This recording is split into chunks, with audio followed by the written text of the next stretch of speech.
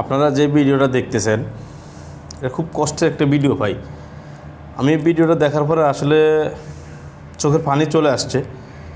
গতকালকে ভিডিওটা আমি দেখলাম, আমার একবার শেয়ার করলো, তো ওখানেও আমি কমেন্ট করছি, খুব দুঃখজনক একটা ঘটনা। তো গতকালকার ভিডিওটা করি নাই এ সম্পর্কে, আজকে করলাম, কারণ এই ভিডিওটা বর্তমানে ফেসবুকে ট্রেন্ডিং, মানে এত পরিমাণ মানুষের ভিডিওটা শেয়ার করতেছে। এখন আমার প্রশ্ন হলো, গরিব মানুষকে নিয়ে মানুষ এত খেলা করে কেন ভাই? দোতলার উপর থেকে আপনি এক টুকরা ঘুষ দিবেন, উপর থেকে ফালাচ্ছেন, মানুষগুলো নিচে ব্যাগ খুলে রাখতেছে, নিচে পড়তেছে, মাটিতে পড়ে সেটাও টোকে আবার নিয়ে যাইতেছে। ভাই গরিব মানুষকে নিয়ে তো খেলা করার কিছু নেই তো ভাই, আপনারা এমন করেন কেন? আপনারা মানুষকে আপনারা কোরবান দিয়েছেন, আল্লাহ আপনাদেরকে তৌফিক দিয়েছে, আপনারা কোরবান দিয়েছেন, তো সেক্ষেত্রে আল্লাহ আপনারা মানুষকে কিছু দিবেন, দান করবেন, এটাই স্বাভাবিক। কিন্তু সেই ক্ষেত্রে আপনারা মানুষকে নিয়ে তো খেলা করেন কেন ভাই? হ্যাঁ, এটা তো আসলে পৃথিবীর কোথাও মনে হয় এরকম গরিব মানুষকে তো কষ্ট দেয় না যেটা বাংলাদেশের মানুষকে দেয়।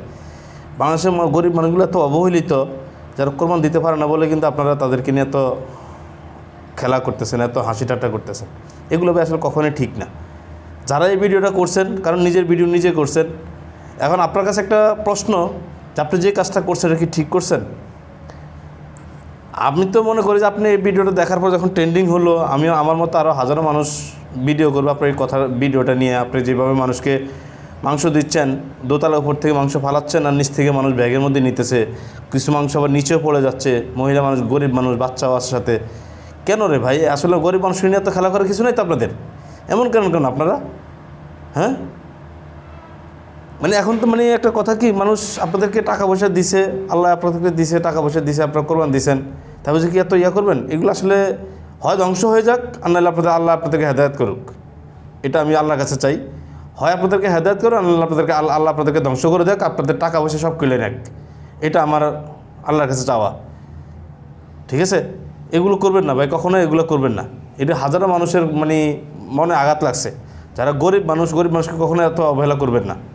আল্লাহ গরিব বানাইছে, আপনাদের কাছে দিয়েছে জাকাতটা খাওয়ার জন্য, কারণ যারা জাকাত দিবে কাকে?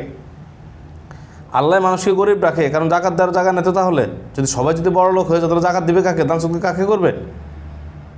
ভাই আল্লাহ আপনাকে টাকা পয়সা দিয়েছে, আল্লাহর কাছে ক্ষমা চান, আল্লাহর কাছে ক্ষমা চাইবেন, আশা করি সেটা করবেন।